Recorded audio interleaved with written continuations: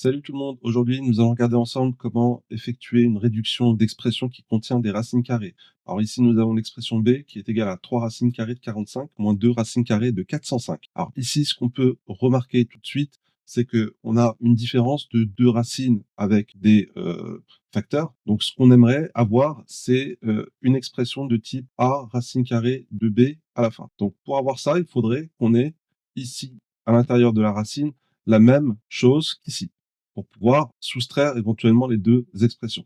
Alors, ce qu'on va faire, c'est déjà s'occuper du racine carrée de 45 pour essayer d'avoir la même chose d'un côté et de l'autre. Alors, 45, on sait que c'est 9 fois 5, d'accord?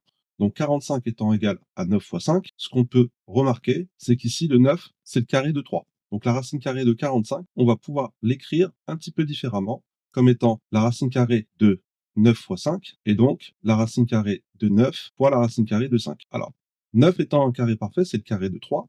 On peut écrire racine carrée de 9 fois racine de 5 comme étant 3 fois racine de 5. Donc ça, c'est fait pour racine carrée de 45. Maintenant, on va essayer de s'occuper du 405. D'accord? De racine carrée de 405, qui est un petit peu plus complexe, parce que, à part connaître sa table de 405, on voit pas trop comment y arriver. Alors, ici, on remarque quoi? On remarque que 405 se termine par un 5. Alors, si ça se termine par un 5, c'est que 405 est divisible par 5. Donc, ce qu'on va faire, c'est qu'on va essayer de voir combien ça fait. 405, si je divise par 5, j'obtiens quoi? Donc, 40, c'est 5 fois 8. Donc, 5 fois 8, 40. Hop, on retrouve avec 0, je descends de 5. 5 fois 1, ça nous donne 5. On a un reste de 0.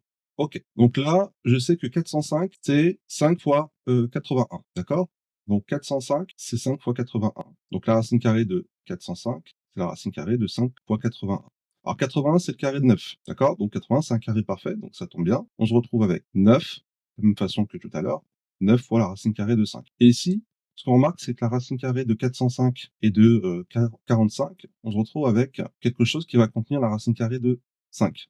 Ici 9 racines de 5, ici 3 racines de 5, ce qui va nous faciliter le calcul. D'accord? Donc on se retrouve avec b qui est égal à 3 fois, alors racine de 45, c'est 3 fois racine carrée de 5. On a 3 fois 3 racine de 5, moins 2 fois racine de 405, c'est 9 racines de 5, donc 2 fois 9 racines de 5. Ce qui nous donne au final 3 fois 3, 9, 9 racines de 5. 2 fois 9, ça nous fait 18. Donc on se retrouve avec 9 racines de 5 moins 18 racines de 5. Alors ici, on a des choux et des choux. On va pouvoir effectuer la différence, ce qui va nous donner 9 moins 18, ça nous fait moins 9. Donc le résultat, ça sera moins 9 racines carrées de 5. Et voilà.